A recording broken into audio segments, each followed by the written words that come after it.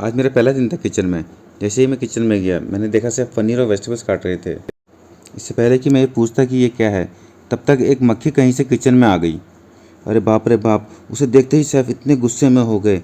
उन्होंने तुरंत ही सिक्योरिटी को कॉल कर दिया और तुरंत ही 4 गार्ड वहाँ आ गए।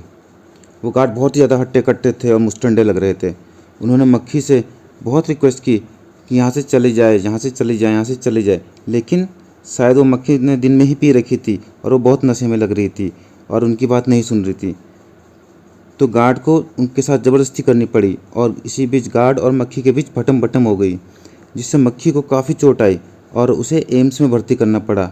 उसी बीच मैंने देखा शेफ़ ने एक स्टील का बाउल लिया, उसमें मस्टर्ड ऑयल डाला, जिंजर गार्लिक पेस्ट डाला, काला नमक डाला, जीरा पाउडर डाला, धनिया पाउडर डाला, गरम मसाला डाला, साधारण नमक डाला, कसूरी मेथी डाली, देगी मिर्ची डाली, हल्दी पाउडर डाला और लाल मिर्च पाउडर डाला और ऊपर से उसमें नींबू निचोड़ दिया और इन सबको उन्होंने अच्छे से विस्क से मिला लिया। इसके बाद उन्होंने एक और बाउल लिया, उसमें पनीर डाला कटा हुआ, उसमें मसाले डाले और उसमें हैंकर का बना हुआ मसाला डाल कर उसे अच्छे से मिला लिया।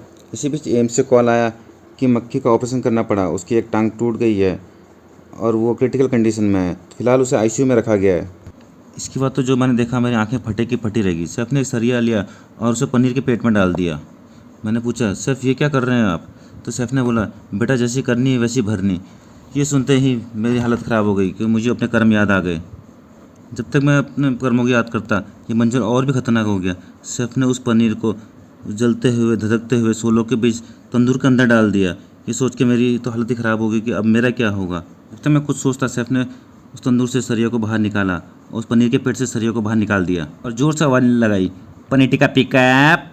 इसी बीच एम्स से खबर आई कि अब मक्खी ठीक है और वहाँ रेस्टोरेंट में भी गेस्ट आ गए और उस पनीर टिक्का को खा गए। तो कैसी लगी आपको मेरी कहानी? इसको ज़रूर बताइएगा कमेंट सेक्शन में लिख के।